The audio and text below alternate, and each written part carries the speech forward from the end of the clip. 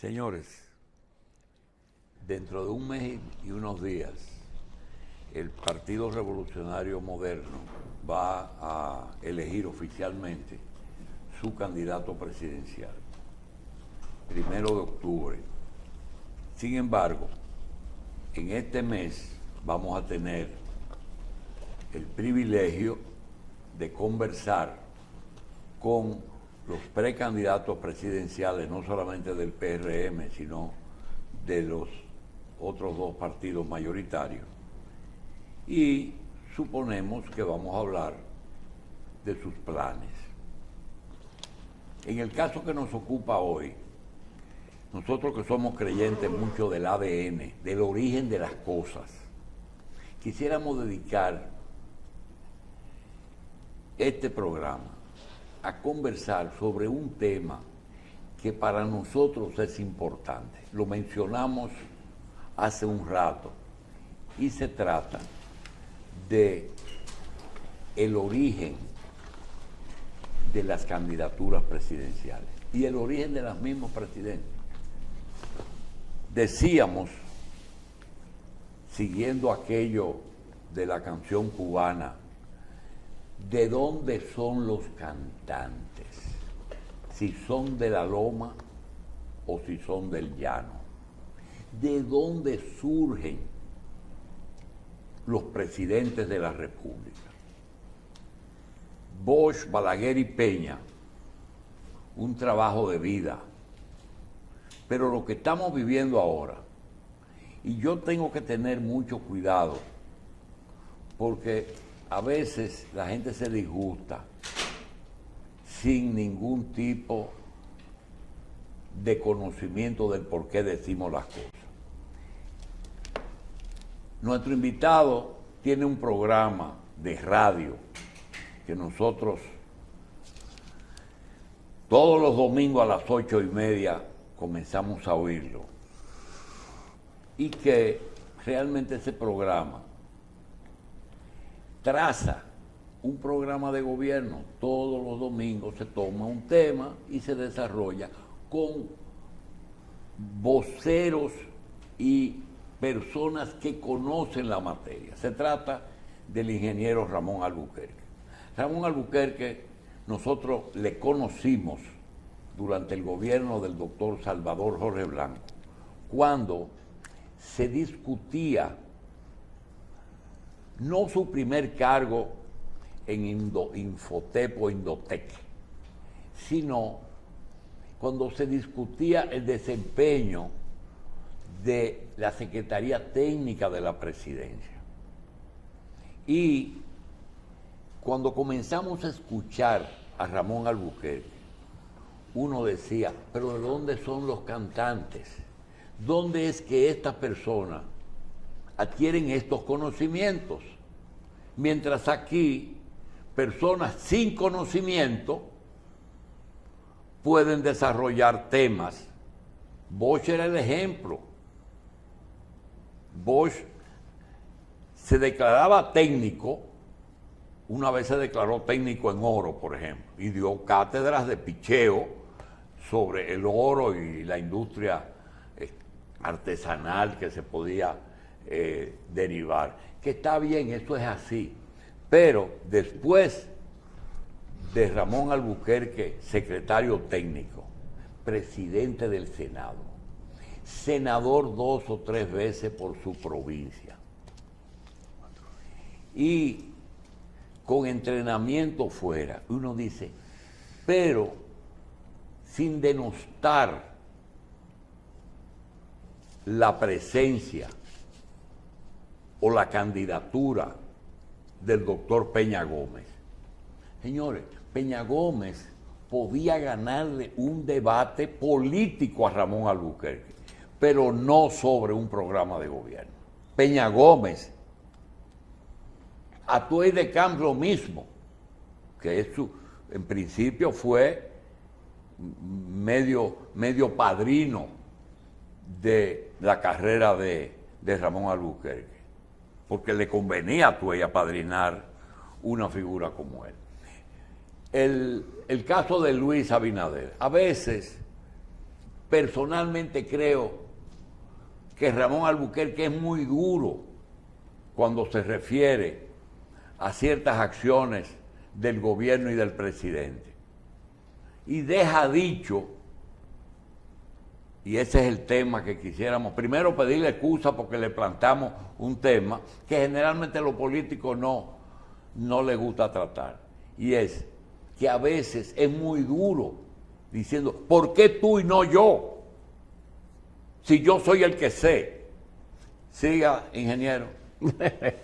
Bueno, no. Siga ahí mismo. Lo que tengo que agradecer, la invitación. No, hombre, déjese de Y eso. también agradecer la invitación y esa introducción totalmente inmerecida. ¿De dónde viene la República? La República. ¿De dónde viene el cantante? Saben que el origen del poder es despótico. Todo ejercicio del poder originariamente fue despótico.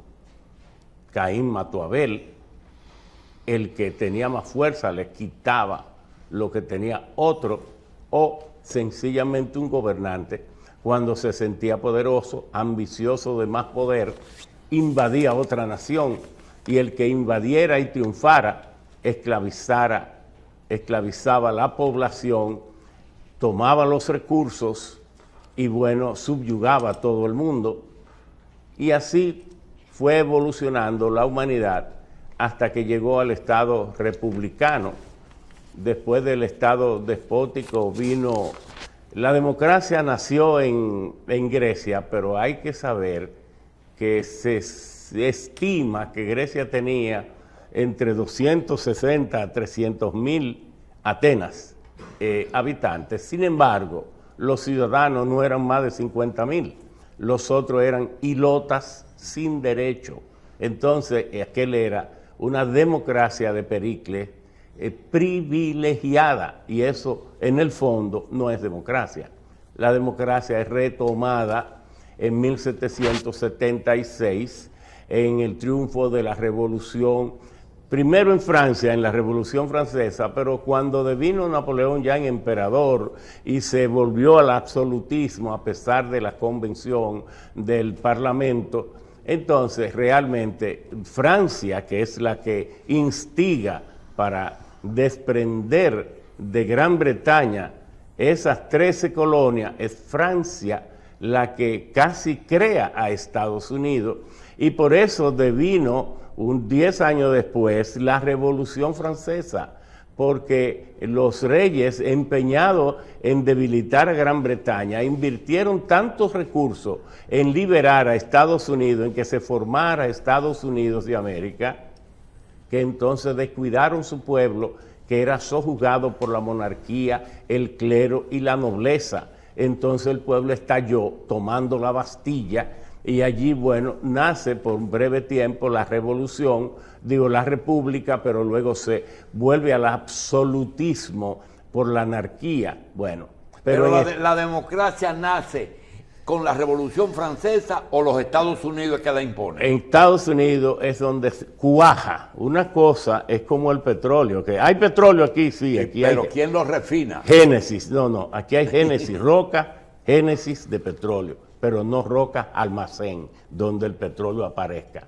Nació en Francia, modernamente renació, pero se renace y se consolida en Estados Unidos, que huyendo al poder absoluto del rey, entonces, y como cada estado, cada uno de los 13 estados, era una empresa privada de personas específicas, con sus nombres y perteneciente a iglesias. Entonces, por eso es que se forma el Senado para representar los intereses de cada estado. ¿Y por qué el colegio de electores? ¿Y por qué no se elige en Estados Unidos directamente al presidente?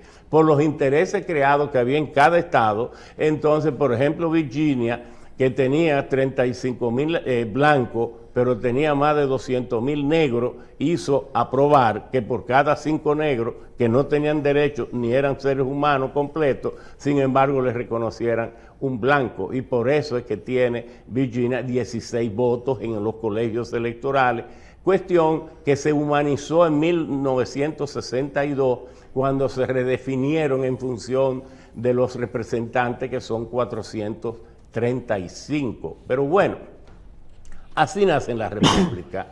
Pero ¿qué pasa?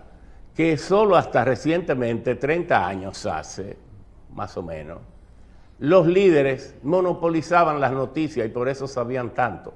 Balaguer, Juan Bosch y Peña eran, ¿cuántos saben? Es que monopolizaban las noticias, porque antes de la internet, antes de la televisión satelital, antes del teléfono inteligente, la información funcionaba, fluía de líder a líder y de presidente a presidente, y los pobres pueblos recibían la basura informativa mucho tiempo después. Y quien que tenga el monopolio de la información no es sabio.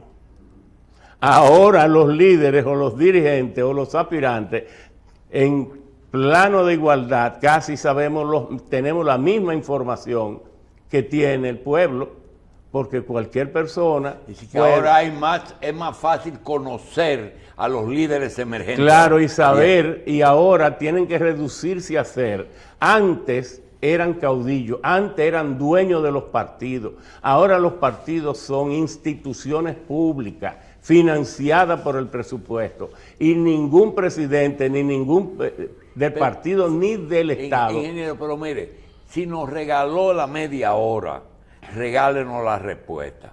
Yo recuerdo perfectamente que Madrigal, aquella famosa presa que trajo tantos problemas en discusión, sobre todo con el actual presidente del PRD y hoy mediador para una gran alianza, ya usted era ministro de la presidencia, administrativo. Sí. Entonces, técnico de la presidencia. Técnico, perdón. Ministro técnico.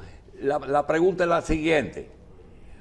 Hoy recordamos que usted fue presidente del PRD también en un momento, pero ¿por qué ese camino se hizo difícil y apareció Hipólito, Miguel y usted senador en su pueblo por allá?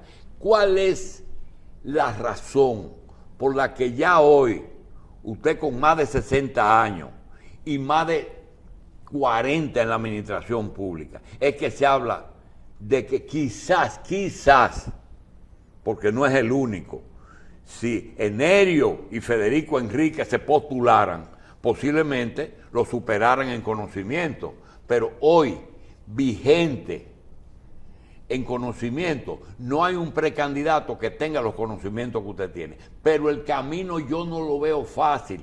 Pónganos los posibles. ¿Cómo es que se puede lograr que Ramón Albuquerque pueda ser presidente de la República? Eso es más sencillo de lo que usted ¿Sencillo? Lo presenta. Sí, porque ¿cómo es que se actúa en democracia?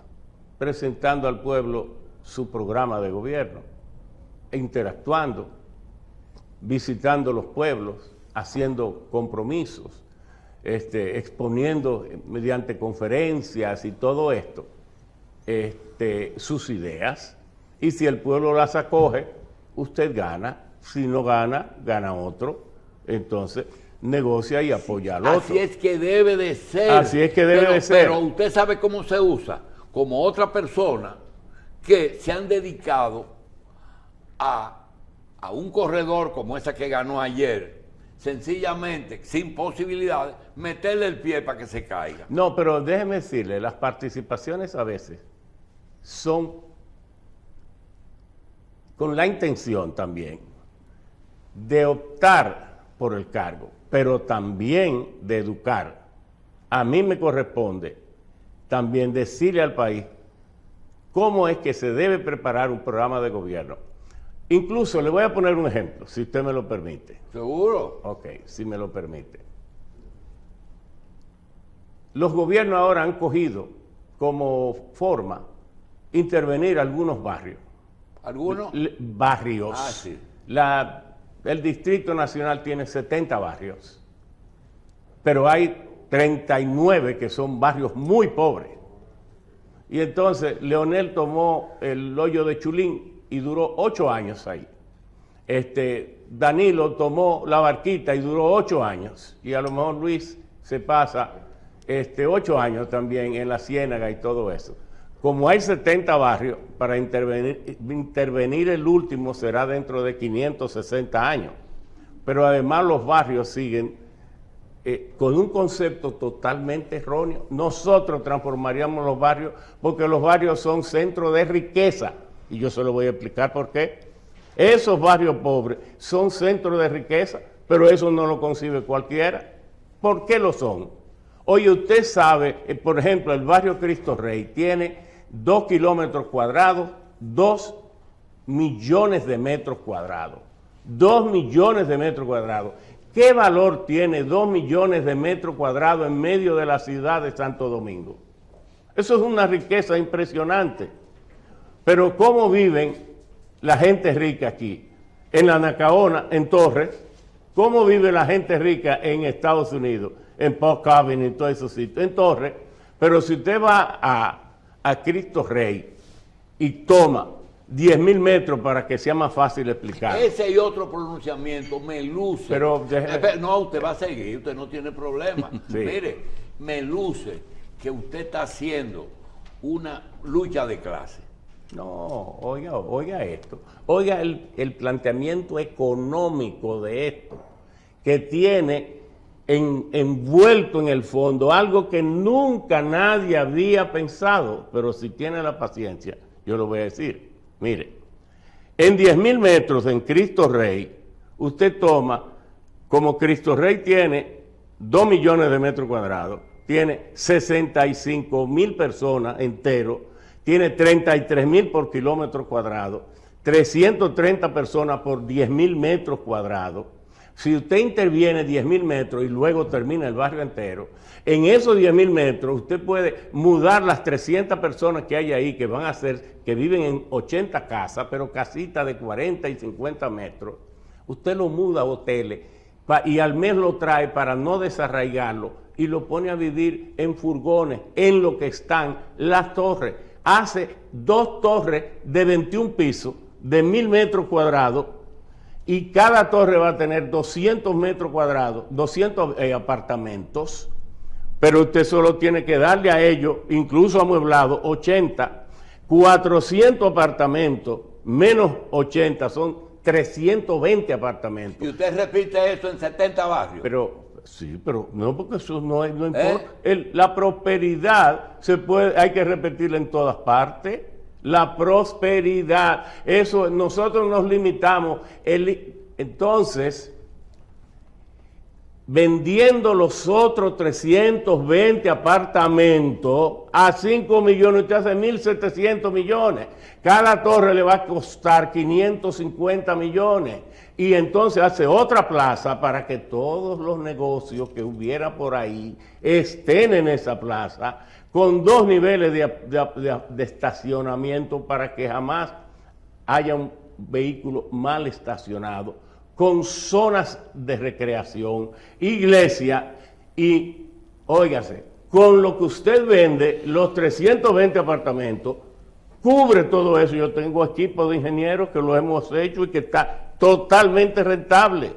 Lo vendemos, el gobierno no pone un chele y le manejamos la riqueza que tiene el propio pobre que vive en un barrio, porque vivir en un barrio, en una ciudad, en una metrópoli como esta, eso es una riqueza. Si el gobierno que está sabe interpretar, trabajar para ello.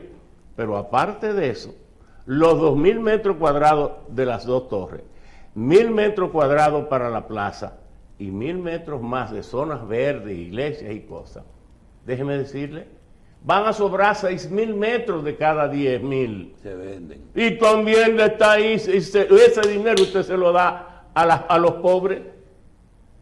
¿Y quién piensa así? Piensan de manera rudimentaria, de manera clásica, sin creatividad. Ahora el pueblo interprete, oiga y vea, porque al ritmo que estamos no vamos a salir de nada, porque hace 30 años que los gobiernos aquí le gobiernan bien todo lo que sea para los grupos de altos ingresos. pero no le resuelven un solo problema a la mayoría, clase media y trabajadores. No se lo han resuelto. Desde el problema de la entrada de los indocumentados, las parturientas, la criminalidad, porque en esos barrios, manejados así, al yo ponerle cámara en todos los pasillos a esas torres y por fuera, y un cuartel de policía en el primer piso y un centro tecnológico en el primer piso, va a estar chequeado cada persona y la criminalidad va a ser muy difícil ahí. Y ahí se resuelve eso. Y con el vecino también. país. ¿Perdón? Con el vecino país vamos a hablar ahora.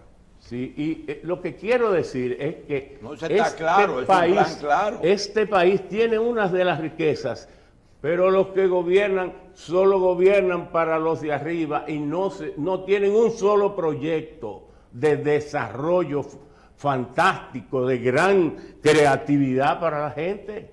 Suponen que el que es pobre tendrá que vivir siempre así. Toda la vida pobre. Suponen que el que nació, no, así no es, por favor. Los que dirigen deben tener algún ángel. Ese proyecto que estoy dispuesto a dárselo porque sí, estamos haciendo la maqueta. Ese proyecto que usted está planteando es algo como lo que vimos, como el modelo de la ciudad Juan Bosch, pero hecho puntualmente, vertical en cada. Mire lo que pasa, la pobreza vive horizontal. Pero tiene mucho sentido porque no se va lejos. La pobreza vive horizontal porque construir vertical es muy caro. No, además se quedan en el mismo barrio. Claro, entonces viven en 40, 50 metritos cuadrados. Por tanto, si usted introduce el elemento de eso que hicieron el hoyo de Chulín, que están haciendo ahora en la Ciénaga, eso es una tontería, por no decir un disparate. Y óigase, fiesta va a haber de riqueza cuando nos vayamos a orilla de los ríos, porque como de cada 10.000 metros me van a sobrar 6.000, yo voy a liberar todas las riberas de los ríos, la vamos a sanear y a hacer algo al estilo de París, porque yo digo París, alguien dice, ¿qué comparón es este? En París lo que se usa es varilla, cemento, piedra y gente. Lo único que es en París, bueno, ahora va a ser en un lugar más lindo, República Dominicana. Todo eso es viable porque tenemos parte de los mejores técnicos que sí piensan para el país. Ahora, el que quiera seguir, incluso, déjeme decirle, a veces se tiene tan pocas torpezas que yo tengo aquí la resolución. Si me dan un poco de agua, ustedes son medio tiñosos, sí, me invitan, pero entonces no, ni agua. Nada, mi cariño eterno para don Julio y el equipo. Mire, esta resolución, que es la resolución 38-2023, esto es para decir cómo se gobierna. Nosotros tenemos el 1 de octubre unas primarias. Bueno, esta resolución de la Junta dice que los funcionarios tienen que abstenerse de participar en todo lo que tenga que ver con el proceso electoral de primaria y todo. Pero ¿y quién inscribió al compañero Luis? Doña Milagro y el secretario administrativo. Y ellos no saben que eso lo tiñó de ilegalidad, porque violan la resolución de la Junta. Pero ¿para qué tienen los cerebros? Hoy, ¿por qué usted se va a meter? ¿Por qué lo hacen? Por exceso de poder, por imposición, ¿por qué lo hacen? Ramón, ¿y cuál es el límite de esa resolución? Porque entonces tiene que renunciar a medio gobierno. No, el límite de la resolución es leérsela y aplicarla. Sí. Porque ella misma se explica. Esto está claro. Entonces, si usted vio las cosas que dice, es que está dicho así mismo en el artículo 10. Lo dice así mismo. Porque el artículo 10 no puede ser más claro. Décimo. No, un décimo. Los funcionarios públicos deberán abstenerse de ejercer actos en cualquier forma o modalidad, así como también de vías de hecho que impliquen presión o incitación al voto en los procesos democráticos. Sí. Es que lo dice. Sí. Oye, entonces, ¿cómo usted va a mandar la directora de ética? Y el secretario de la presidencia. Y el secretario. Okay. Pero eso es, oiga, eso es como reírse de todo yo quisiera el mundo. Que el ingeniero se hidratara un poquito en lo que le motivamos esta pregunta. Nosotros le damos seguimiento a Ramón Albuquerque. Yo no tendría ningún problema, al contrario. Nos gustaría que el ingeniero Albuquerque dirigiera el país. Pero, ¿qué tenemos que hacer los que no somos miembros del PRM para que él sea el candidato presidencial de ese partido? Invitarnos más aquí al programa, usted sabe que usted... Pero no, yo me refiero al PRM, yo no voto en el PRM. No, está bien, pero no, la buena voluntad, el ponerse en oración, todo eso. No, porque bienvenido Rodríguez no puede ser el único que te promueva. No, todo eso, por favor. Todos los amigos pueden ayudar. Unos votarán, otros no votarán, pero nosotros sabemos que con la cantidad de recursos, una vez se reduzcan los centros, los recintos y el número de mesas, los compañeros van a jugar, a tener dinero en exceso, pero siempre le decimos, el que abusa del poder después tiene dificultades, porque aquí ahora mismo está planteado algo muy sui generis. Yo vine a este programa y dije, los asesores del compañero Luis le han asesorado que el PRM, su militancia y su dirigencia no es tan importante. Y le han asesorado porque le han dicho, mira, deja a los PLDistas todo, que queden en la administración pública y todo eso, porque, fíjate, tú has surgido no solo como el presidente, sino como el único líder válido. Porque Leonel apenas sacó 8 puntos, dividió su partido y está construyendo uno. ¿Estará listo para el 24? Danilo, miren las condiciones en que está, ha venido a menos. Entonces, tú trata a esa gente bien, que esa gente toda terminará votando por ti. Y yo vine aquí y dije que eso era un enfoque errado, porque le estaban mostrando como desprecio, olvido e indiferencia a los que lo llevaron al poder. Ahora, con esta alianza opositora, Rescate RD, que yo puse un tuit, no sé si usted lo vio, que puse que un muerto político anunciaba un funeral colectivo. Entonces, lo puse de una vez. Un muerto político anuncia un funeral colectivo. ¿Por qué? Porque este país jamás volverá a esa situación, y incluso como en España, que toda la derecha se ha acumulado, se ha acurrucado en un lugar y enfrente está el progresismo. Este país nunca volverá a esa situación, a esa... Si la gente piensa reclamando sus derechos, la peor pérdida de derechos es la corrupción. Y aquí en este gobierno habrá, yo que soy oposición interna, tengo que reconocer que no se ha abierto la puerta de la corrupción en la forma como estaba.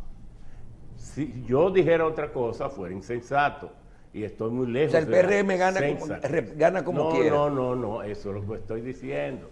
Ahora los PRMistas sí son útiles, y por eso es que al tener un padrón cerrado, nosotros podemos tener alguna importancia. Bien, yo creo que él nos acaba de dar una idea, y es que como hay demasiados candidatos, precandidatos en este año, en estos 2 o 3 meses, nosotros hemos dicho que solamente vamos a invitar los candidatos, excepto los precandidatos de estos 3 partidos. Entonces, él mismo dice, si nos escuchan más a menudo, quizás se influya en los que deciden quiénes son los candidatos, porque nosotros no somos... Sí, porque el presidente tiene 8.500 millones de pesos en publicidad. y él participa casi en todo, y entonces está gobernando. ¿Y la publicidad obliga a hacer campaña en favor de Luis Abinader? No, pero que él participa en mucho y en casi todos los actos. Porque si fuera así, usted no tuviera 4 horas en la Z. Oiga. En casi todos los actos que están haciendo son actos de reelección. Pero yo escuché a la alta dirección del partido diciendo que estaban con el presidente en un partido que se supone democrático. Ok, 2 preguntas. En caso de no ganar la convención, ¿usted seguiría en su partido? Pero usted me lo ha preguntado varias veces. Sí, pero yo se lo voy a preguntar todos los días. Sí, no, pero porque sí. a veces oigo pronunciamientos de que va a haber una ruptura. Es que mi caso es excepcional, porque yo soy el ideólogo del PRM. Sí, lo sabemos, y del candidato también, y del presidente. Cuando nosotros salimos en aquella confrontación con Miguel Vargas y vi que teníamos 36 sentencias del Tribunal Superior Electoral con jueces que habían sido repartidos entre Miguel y Leonel. 36 sentencias, le dije al compañero Esquea, Emmanuel, esto no es jurídico, esto es político. Y mientras esté el PLD en el poder, nosotros no vamos a ganar en los tribunales nada, porque nos están negando el derecho. Entonces voy a ir donde Hugo Tolentino para consultar con él. Entonces fui, don Hugo, quiero compartir una inquietud con usted. Mire, yo pienso que debemos crear un nuevo partido porque ese PRD no se lo vamos a quitar al PLD porque Miguel lo vendió y ellos lo compraron y entonces se han distribuido los jueces de las altas cortes, ahí median muchísimos contratos, muchísimas cosas. Me dijo, yo estoy totalmente de acuerdo contigo. Entonces yo le dije, me gustaría que usted fuera el vocero para que diéramos una rueda de prensa. Me dice, no, dala tú y yo te voy a apoyar. Ya yo tengo 83 años y eso no me va ya, pero sí lo voy a apoyar. Bueno, y así lo hicimos. Luego fuimos de los constructores del partido. Entonces, yo he hecho mi lucha. Soy claro porque la vida de los dominicanos, de los más pobres, no puede esperar 300 años ni 100 años. Si no se dice la verdad, que aquí los problemas del pueblo no se resuelven es por falta de creatividad, por intereses creados y porque no tienen proyectos para la gente de abajo. Ingeniero, quiero terminar con esto. Ayer, José Lois Marcum, en esa silla, dijo que estaba preocupado porque veía cómo la oposición criticaba los altos precios, las medidas económicas, y dijo, pero se les ha olvidado que el gobernador del Banco Central de hoy es el mismo que ellos tenían de gobernador del Banco Central, dijo Lois. Entonces, no es un contrasentido. La pregunta es la siguiente. Regularmente, usted menciona su paso por la presidencia del Senado de la República. Y yo creo que sin duda ahí se aprobaron proyectos que eran necesarios sobre la seguridad social, la ley de energía y esas cosas. Ahora, usted no entiende que a veces usted critica cosas que están basadas en aprobaciones de proyectos durante su gestión. No, porque las leyes se hacen, pero las leyes se pueden violar.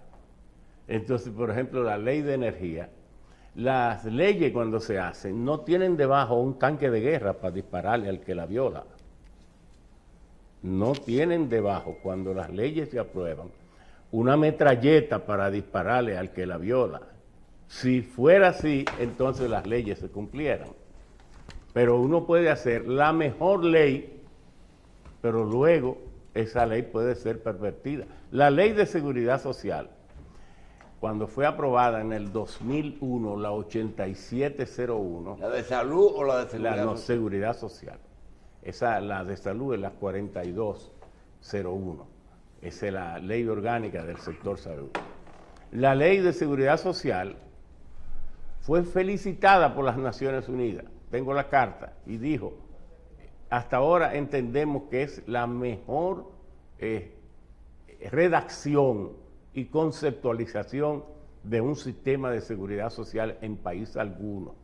Pero ¿qué pasó? En el 2006, el Consejo Nacional de la Seguridad Social aprobó una serie, mediante resolución, una serie de reformas que son contrarias a las leyes, pero que el gobierno las ratificó, y por eso es que el sistema no es que luce, que está en manos de las ARS y de las AFP, de grupos élites, de extranjeros y nacionales, sino que la salud del pueblo dominicano, el Ministerio de Salud perdió el control, y entonces estos grupos económicos han convertido en un negocio persa la salud dominicana. La ley original está ahí, incluso la ley la redactamos nosotros, tiene el artículo 106. Pero usted me está diciendo que la están violando y que no hay que modificarla porque lo que hay que obedecer Pero esa claro, ley. claro, igual que la ley de hidrocarburos, esa ley ha sido alterada y modificada 5 veces. Y todas esas concesiones a los generadores. Y claro, todas esas cuestiones. Entonces, esa es la Ley General de Electricidad, la 125-01. Porque déjeme decirle, no es que nosotros en nuestra gestión aprobamos alguna, es que de las 58 principales leyes, nosotros aprobamos 34 de este país. Nosotros hicimos una labor tan profunda que vamos a publicar un libro sobre eso y nadie lo ha igualado, porque el mismo Senado, cuando nosotros llegamos el 16 de agosto de 1998, ningún senador fuera del presidente y el vice tenía una oficina en el Senado. Existían las oficinas de los bloques, aquellas oficinas que tú visitabas, que habían 14 senadores en un espacio de 60 metros o de 50 metros. Nosotros fuimos que le hicimos a cada senador una oficina. Por primera vez tuvieron computadoras, tuvieron asesores y solo había un espacio, un salón para reuniones, y nosotros hicimos 6. Es decir, transformamos y entonces hicimos aprobar la ley de independencia administrativa, presupuestaria y financiera, que nunca desde que se fundó la República, el Senado y el Congreso había tenido independencia. Los cheques, cuando nosotros llegamos, se mandaban a buscar al Palacio, a la tesorería. Eso que hay ahí fue obra de nosotros. Bien, ingeniero Albuquerque, usted dice, invítanos más a menudo. Usted tiene toda la oportunidad de cada semana utilizar su espacio para decirle al país cómo sería un gobierno encabezado por el ingeniero Ramón Albuquerque. Muchas gracias, muchas gracias.